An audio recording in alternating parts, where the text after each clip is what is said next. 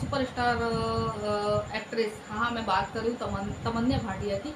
आपने कभी इनको साध्वी के लुक में देखा है? नहीं देखा है तो भाई जल्दी से मूवी देखिए। ये हालाँकि ये बिल्कुल हॉरर मूवी है, हॉरर से भरी भरी है, जिसमें साध्वी का रोल निभाती हैं। मूवी यहाँ से स्टार्ट होती है कि भाई एक गांव दिखाया जाता है कि जहाँ पे भाई मतलब कुछ एक्टिविटीज स्टार्ट होती हैं कि भाई जो नई नवेली जो भी दुल्हन बनती है और उसकी वो गायब हो जाती है और उसकी मृत्यु हो जाती है, ठीक है। लेकिन फिर बाद में धीरे चीज़ें सामने आती है तो पता चलता है कि भाई ये कोई नॉर्मल इंसान का काम नहीं है, किसी मतलब आत्मा वात्मा ये सब का काम है। तो फिर वहाँ पे साध्वी के रूप में भाई फिर तमन्ना भाटिया को दिखाया जाता है, जिनको मना के वो पहले उस गाँव में ही रहती थी, जिसमें इसमें जो कैरेक्टर निभा रही है उनकी बहन जो रोल अदा कर रही है, उनकी वो बड़ी बहन रहती है और उस गांव से वो किसी कारण बस आप जब मूवी देखेंगे तो पता चले क्यों चली जाती है, लेकिन फिर उनको मना के लेके आया जाता है। तो फिर वो खुद बताती है कि यहाँ पे है किसी आत्मा का वास, भी बहुत बुरी आत्मा का, ठीक है। हालांकि वो उसको कब्जे में थोड़ा सा कर लेती है, स्टार्टिंग में दिखाया जाता है कि भाई वो इतनी शक्तिशाली की शादी बन जाती है भाई वो। लेकिन जो बहन रहती है उनकी कि वो ही सामने लेके आती है कि किसकी आत्मा है, मतलब कहीं ना कहीं उसका पति दिखाया जाता है, पति रहता है, वो ही ये बुरी आत्मा बनता है।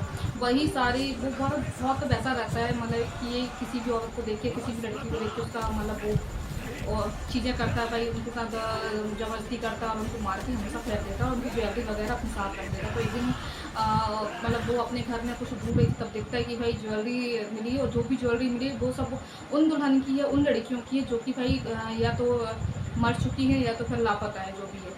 तो फिर वो ले जाके पूछती है अपने सरपंच सरपंच से कि ये आपकी बेटी की ज्वेलरी, उन लोगों के हाथ, उन लोग पूछते ये कहाँ से मिली। तब वो चीज़ें सामने आती कि उसका जो पति है वो खुद देख लेती है कि उसका पति ही उन लड़कियों को मारता है, उनके साथ दुष्कर्म करता है, मार के फेंक देता है और उनकी ज्वेलरी रख देता है। तो फिर किसी तरह से जब वो उससे लड़ती है, जब उसका सामना करती है, तो किसी तरीके से अनजाने में उसकी मतलब मृत्यु हो जाती है, वो मर जाता है, ठीक है। लेकिन वो इतना दुष्ट टाइप का रहता है कि भाई उसकी आत्मा भी फिर मरने के बाद उसकी आत्मा ही वैसी रहती है, उसके बाद भी भाई वो चीज़ें करती है लड़कियों के साथ, उसके बाद भी मरने के बाद भी वो लड़कियों के साथ ये सब सारी चीज़ें करता है कि भाई उनके साथ दुष्कर्म करेगा, उनको मार देगा। तो फिर किसी तरह से तो तमन्ना भाटी रहती है, उनको लेके आती है, तो उसके जरिए फिर भाई उसका अंत होता है।